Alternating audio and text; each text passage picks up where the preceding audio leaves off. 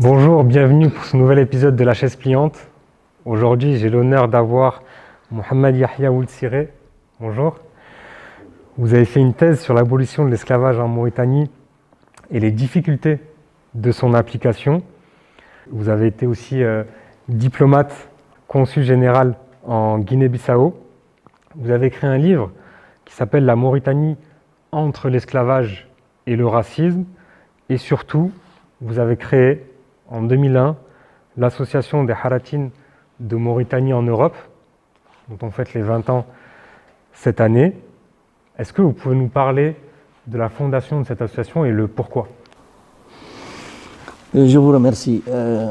Cette association, je l'ai fondée en 2001. En réalité, le problème de l'esclavage existe depuis longtemps. On a commencé en Mauritanie à lutter contre l'esclavage en 1974. J'étais l'un des initiateurs de cette lutte. Et à plusieurs reprises, le gouvernement a fait quelques actions, mais qui ne conviennent pas, parce que l'abolition n'est jamais là.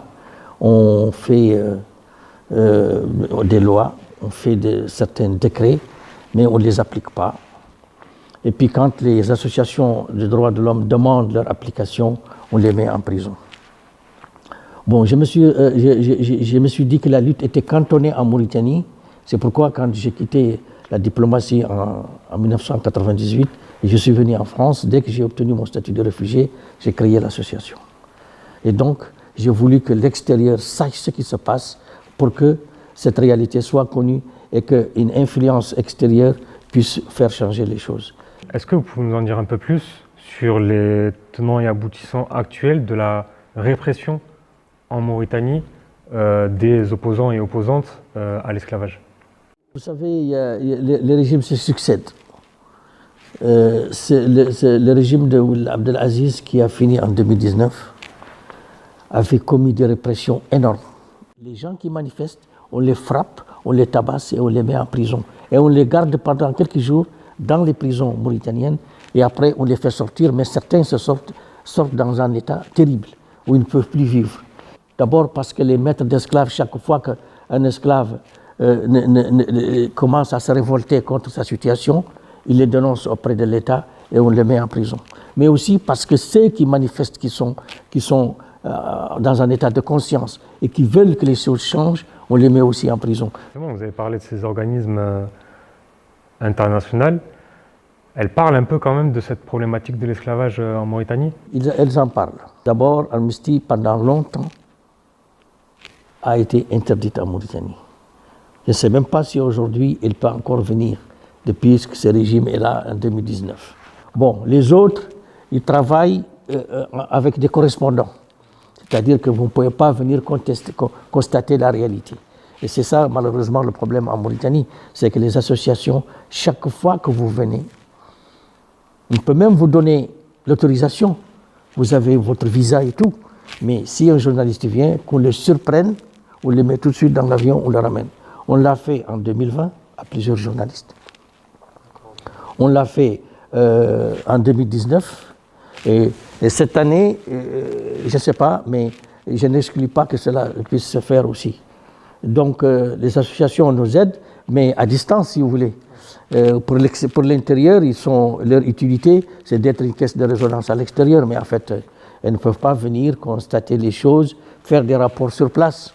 Les Nations Unies aussi font des rapports périodiques, mais que l'État n'applique pas. Les recommandations des Nations Unies, l'État ne les applique pas. C'est justement la question que j'allais vous poser, c'est comment en fait ces gouvernements, à travers les années, que ce soit le gouvernement précédent ou actuel, comment ils répondent en fait à ces indications ou en tout cas à ces avis des Nations Unies ou des organismes des droits humains.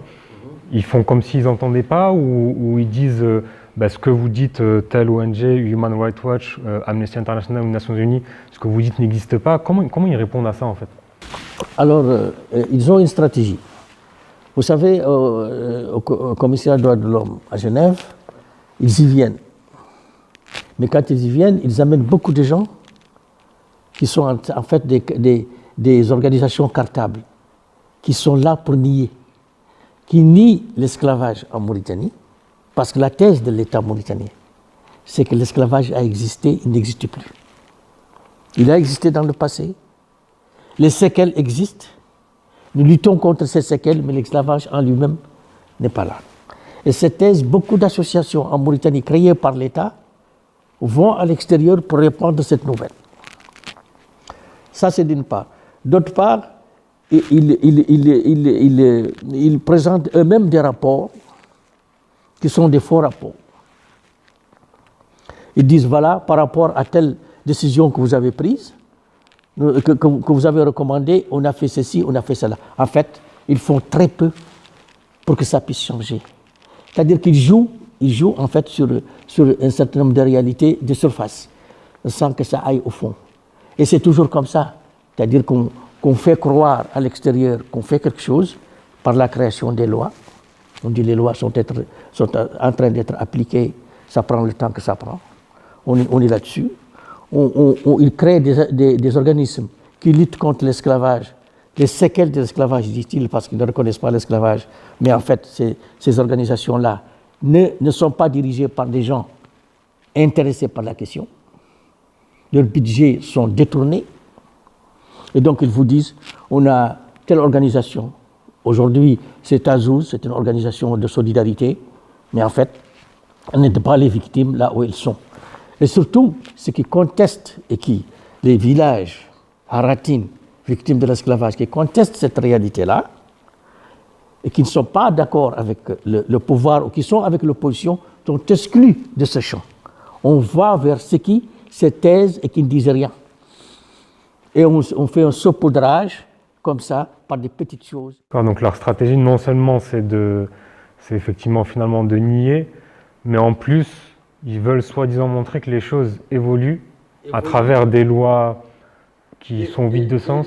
On vous dit, on a 3 tribunaux qui sont là que pour juger les esclavagistes. Mais où sont ces esclavagistes jugés? Où sont ces victimes qui ont été sauvées? Ils ne peuvent pas vous les présenter. Si sur une année, on arrive à un cas jusqu'à l'amener au tribunal, les juges qui sont de formation juridique musulmane trouvent toujours les moyens de dire non, ce n'est pas un cas d'esclavage.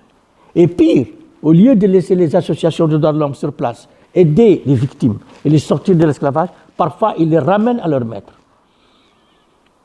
Quelqu'un qu'on a sorti de l'esclavage, enfin sorti entre guillemets, on l'a pris, on l'a découvert, lui-même est venu porter plainte, on l'a sorti de là et on l'amène à Nouakchott.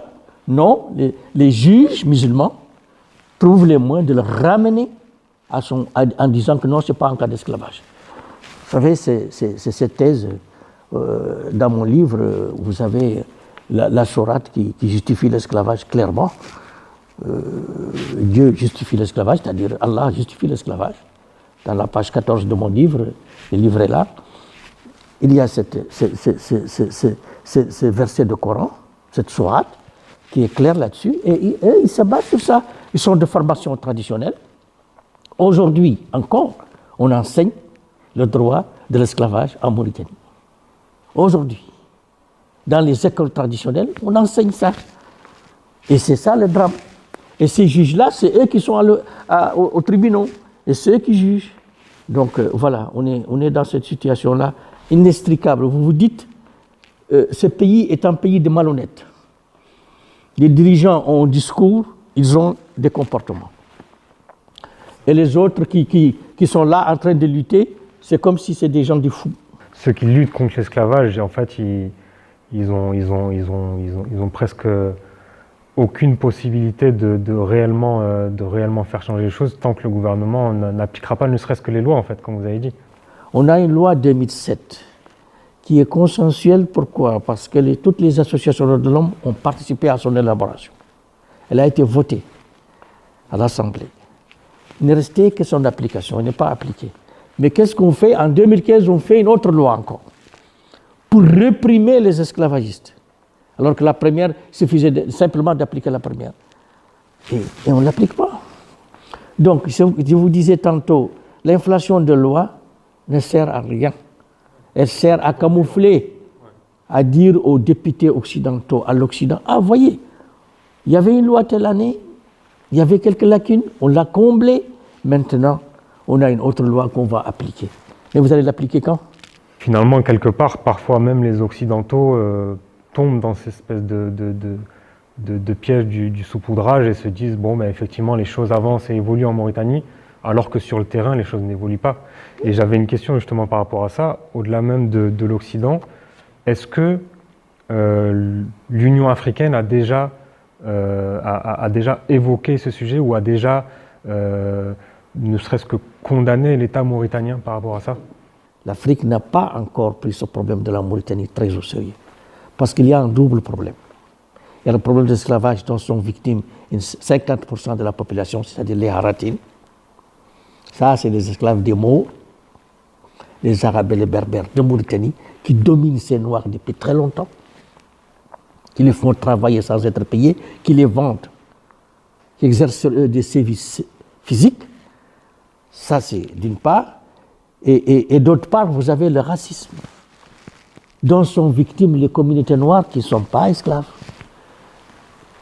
Des ethnies comme les Peuls, les Soninké, les Wolofs, qui existent en Mauritanie et au Mali, ils sont là, ils sont d'origine mauritanienne, mais ils sont victimes du racisme.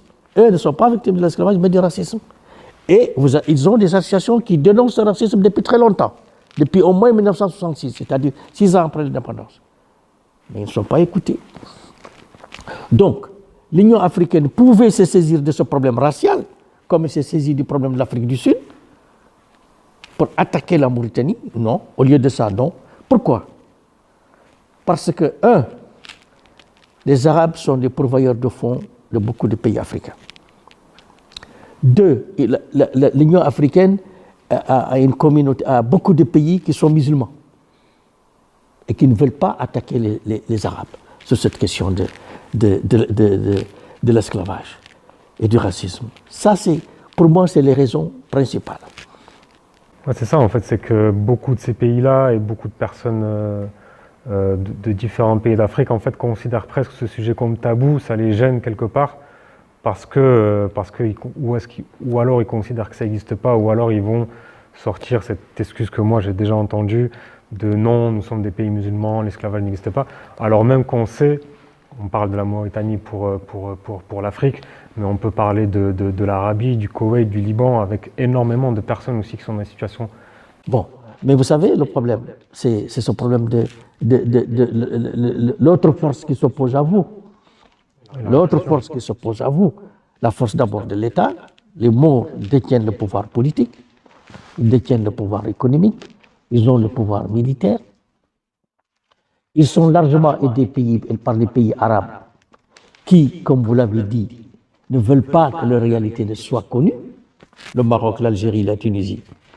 Ils ont des minorités noires. D'où viennent ces minorités noires? Elles viennent de la traite saharienne. Que vivent ces gens? Ils vivent le racisme, parfois même l'esclavage.